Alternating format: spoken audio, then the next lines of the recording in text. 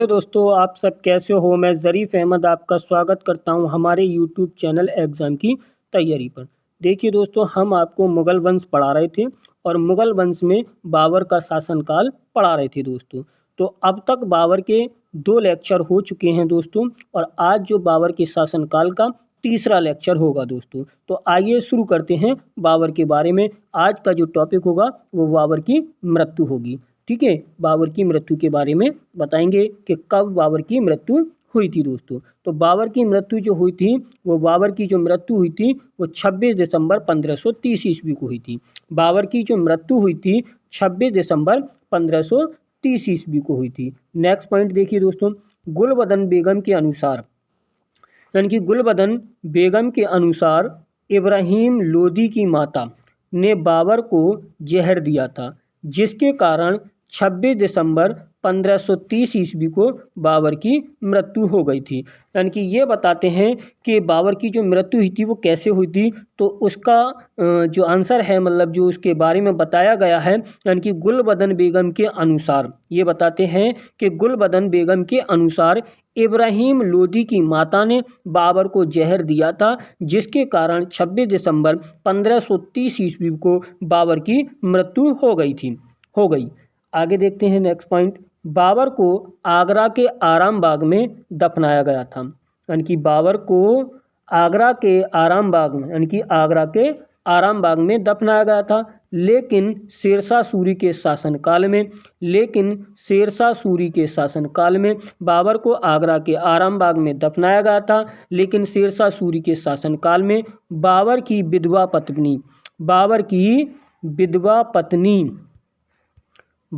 विधवा पत्नी मुबारक यूसुफ जाई, यानी कि मुबारक यूसुफ जाई या यूसुफ जई के द्वारा काबुल ले जाकर बाबर को चुने हुए स्थान पर दफनाया गया। यानी कि बाबर की जो विधवा पत्नी थी मुबारक यूसुफ जई के द्वारा काबुल ले जाकर, यानी कि बाबर के चुने हुए, यानी कि बाबर के जो चुना हुआ स्थान था वहां जाकर उसको दफना दिया गया। इस प्रकार बाबर का मकबरा काबुल में है। यानी कि इस प्रकार बाबर का मकबरा कहाँ है? काबुल में है। यानी कि इस प्रकार बाबर का मकबरा कहाँ है दोस्तों? काबुल में है। अब देखते हैं बाबरनामा। बाबरनामा क्या है दोस्तों? तो बाबरनामा के बारे में चर्चा करते हैं। तो देखिए पॉइंट इसके बारे में है कि बाबर ने तुर्की भाषा में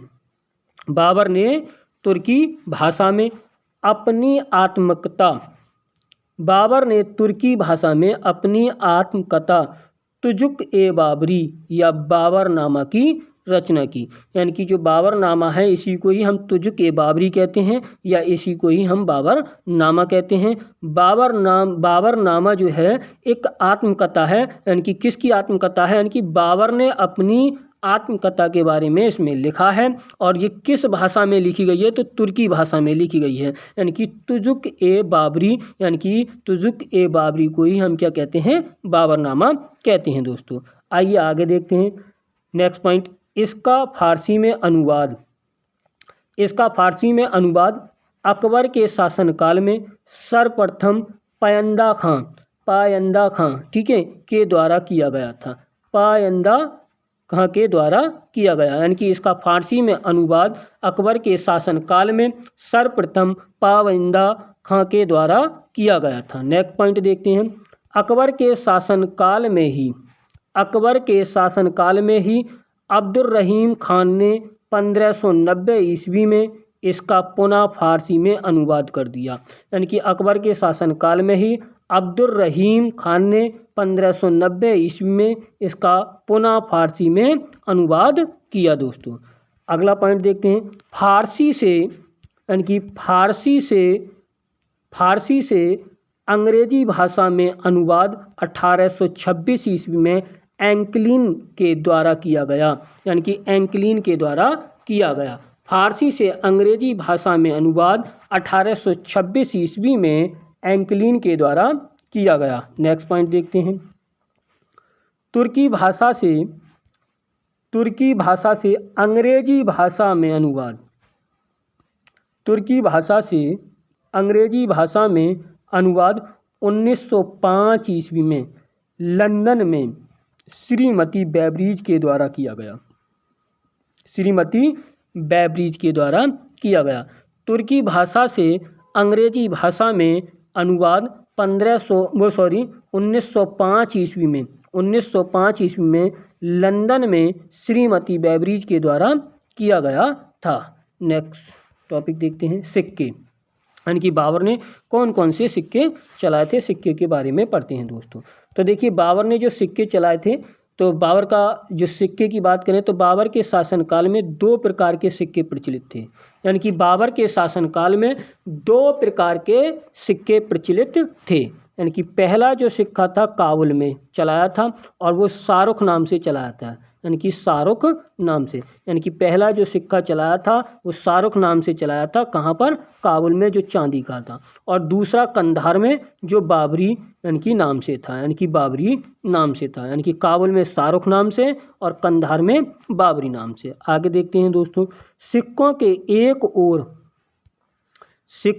एक ओर चारों खलीफाओं के नाम, यानी कि सिक्कों के एक तरफ यानी कि एक ओर चारों खलीफाओं के नाम तथा दूसरी ओर अपनी उपाधि अंकित करवाया था। यानी कि अपनी जो उपाधि ली थी उसको अंकित करवाई थी। यानी कि सिक्कों के एक तरफ तो चारों खलीफाओं के नाम अंकित करवाए थे, ठीक है, और दूसरी तरफ यानी कि अपनी उपाधि अंकित करवाई थी।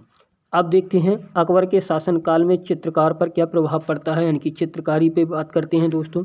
तो चित्रकार के बारे में बात करें दोस्तों तो एक उल्लेख मिलता है चित्रकार के लिए बाबर की आत्मकथा में, बाबरनामा में, यानी कि तुझ के बाबरी में, यानी कि बाबर की आत्मकथा में बाबरनामे में विजहात यानी कि विहाजात, ठीक है, विहज जात भी कह सकते हैं, कहीं कहीं पर लिखा है ना, विहजात नामक चित्रकार का उल्लेख मिलता है। यानी कि विहजात नामक चित्रकार का उल्लेख मिलता है। फिर मैं आपको बार बार बता रहा हूँ कि बाबर की आत्मकथा में यानी कि बाबरनामा में विहजात नामक चित्रकार का उल्लेख मिलता है दोस्तों। आगे देखते हैं, स्थापत्य कला यानी कि स्थापत्य कला, ठीक है, इमारतों के बारे में देखेंगे कि बाबर ने क्या क्या बनवाया था। तो देखिए पहला जो बनवाया था काबुली बाग की मस्जिद, काबुली बाग की मस्जिद जो 1529 ईस्वी में बनवाई थी। दूसरा पीर खाना की मस्जिद, ये भी 1529 ईस्वी में बनवाया था, यानी कि इसका निर्माण करवाया था। यानी कि काबुली बाग की मस्जिद 1529 ईस्वी में और दूसरा पीर खाना की मस्जिद यानी कि ये भी 1529 ईस्वी में। तो पहला पॉइंट देखेंगे, बाबर ने 1529 ईस्वी में, देखिए बाबर ने 1529 ईस्वी में हरियाणा प्रांत के पानीपत जिले में, बाबर ने 1529 ईस्वी में हरियाणा के प्रांत यानी कि हरियाणा के प्रांत के पानीपत जिले में काबुली बाग की मस्जिद, काबुली बाग की मस्जिद यानी कि पानीपत में, ठीक है, हरियाणा, और उत्तर प्रदेश राज्य के अलीगढ़ जिले में पीर खाना मस्जिद का निर्माण कराया।